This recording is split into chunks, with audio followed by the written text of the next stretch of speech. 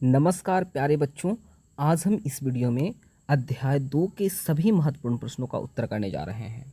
तो वीडियो को अंत तक जरूर देखिए और वीडियो अच्छा लगे तो प्लीज़ वीडियो को लाइक और चैनल को सब्सक्राइब जरूर कीजिए। चलिए सबसे पहला प्रश्न देखते हैं।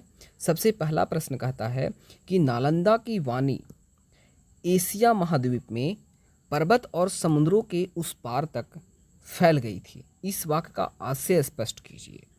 देखिए इसका सही उत्तर क्या होगा। इसका सही उत्तर है, कहता है कि इसका आशय यह है कि नालंदा विश्वविद्यालय की शिक्षा, ज्ञान और ख्याति केवल भारत तक सीमित नहीं थी।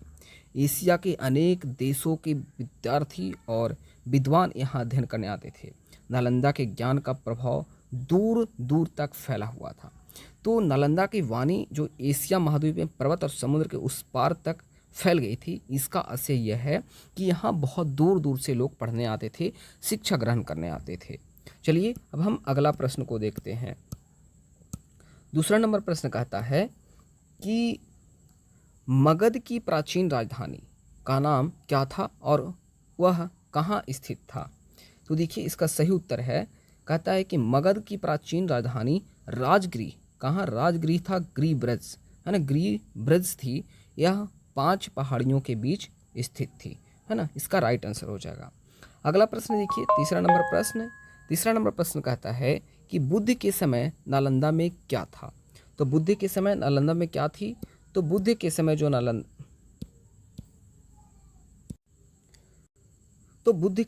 नालंदा में थी, वह बुद्ध के समय नालंदा में बुद्ध के समय नालंदा में प्रव्राजकों का एक सुंदर आम्रवन यानी आम का बगीचा था। तो यहाँ पे आम का बगीचा क्या हो जाएगा, राइट आंसर हो जाएगा। अब अगला प्रश्न हम देखते हैं।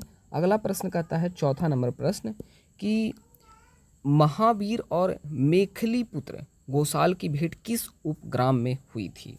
इसका सही उत्तर होगा कि जैन ग्रंथों के अनुसार महावीर और मेखली पुत्र गोसाल की भेंट नालंदा के उपग्राम वाहिरिक में हुई थी। इसका राइट आंसर हो जाएगा। अगला प्रश्न कहता है कि महावीर ने नालंदा में कितने दिनों का वर्णावास किया था। तो महावीर ने नालंदा में 14 वर्षों तक वर्णावास किए थे। वहीं छठा नंबर प्रश्न कहता है कि तारानाथ कौन थे, उन्होंने नालंदा को किसकी जन्मभूमि बताया था। तो तारानाथ तिब्बत के प्रसिद्ध इतिहासकार थे और उन्होंने नालंदा के सारिपुत्र की जन्मभूमि बताया था। सातवां नंबर प्रश्न कहता है साथियों कि एक जीवंत विद्यापीठ के रूप में नालंदा कब विकसित हुआ। तो इसका राइट आंसर होगा कि जो नालंदा का विकास एक सजीव और प्रतिष्ठित विद्यापीठ के रूप में गुप्त काल में हुआ था। इसका राइट आंसर हो जाएगा। अगला प्रश्न है कि फाहियान कौन थे। फाहियान कौन था, नालंदा कब आए थे। तो इसका राइट आंसर है कि फाहियान एक प्रसिद्ध चीनी यात्री थे। वे 4वीं शताब्दी में यहाँ नालंदा आए थे। अगला प्रश्न है 9वां नंबर प्रश्न। यह कहता है कि हर्षवर्धन के समय कौन चीनी यात्री भारत आया था, उस समय नालंदा की दशा कैसी थी।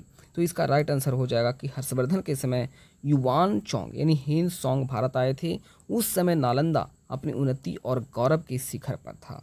तो इसका राइट आंसर हो जाएगा।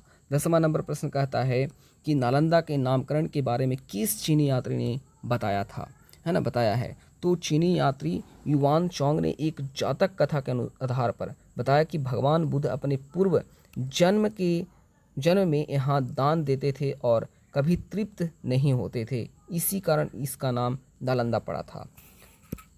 अगला प्रश्न है 11 नंबर प्रश्न, कहता है कि नालंदा विश्वविद्यालय का जन्म कैसे हुआ।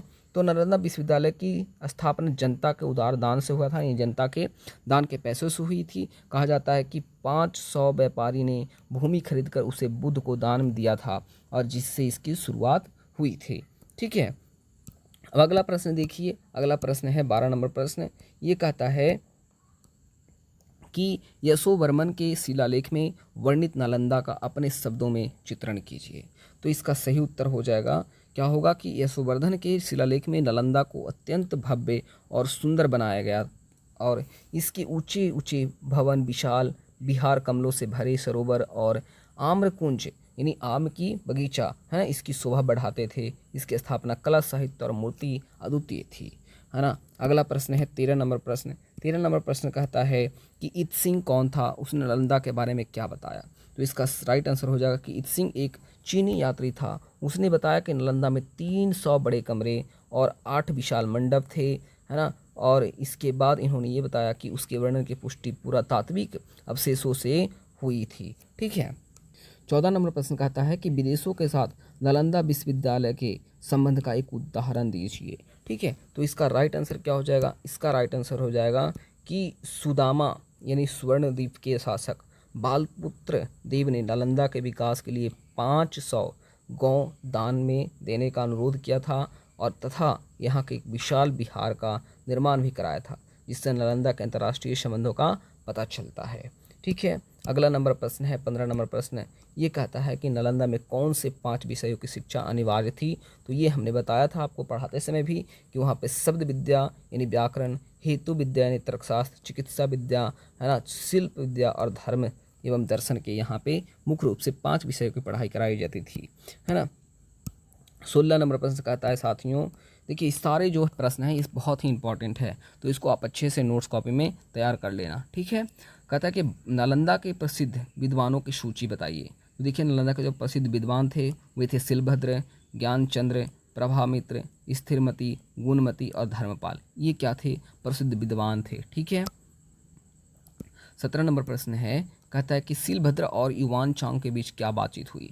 तो जब युवान चांग नालंदा से लौटने लगे तब शिलभद्र ने उनसे वहीं रहने का आग्रह किया। युवान चांग ने कहा कि वे यहाँ से प्राप्त ज्ञान को अपने देश से ले जाकर उन लोगों के हित में उसका प्रचार अनुवाद करना चाहते हैं।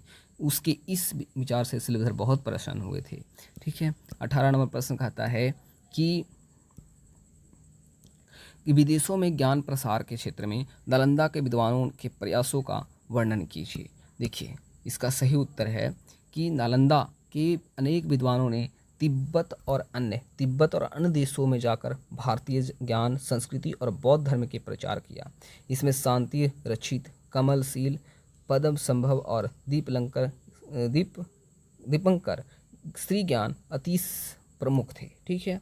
19 नंबर प्रश्न कहता है कि ज्ञान दान की विशेषता क्या है, ठीक है। तो देखिए ज्ञान दान सबसे श्रेष्ठ ज्ञान दान था, माना जाता था। ज्ञान बांटने से घटता नहीं बल्कि बढ़ता है, इससे समाज का कल्याण होता है और ज्ञान प्राप्त करने की इच्छा कभी समाप्त नहीं होती। यही ज्ञान दान की सबसे बड़ी विशेषता है, ठीक है। तो ये रहा बहुत ही इंपॉर्टेंट प्रश्न उत्तर। आई होप आपको ये सारे समझ में आ गए होंगे। हम अगले वीडियो में नेक्स्ट चैप्टर का आंसर क्वेश्चन करेंगे। तो अभी के लिए बहुत बहुत धन्यवाद। और अगर आपने अभी तक हमारे चैनल को सब्सक्राइब नहीं किया है तो प्लीज़ चैनल को सब्सक्राइब कर लीजिए और इसका PDF चाहिए तो आप मुझे कमेंट करके बताइए। धन्यवाद।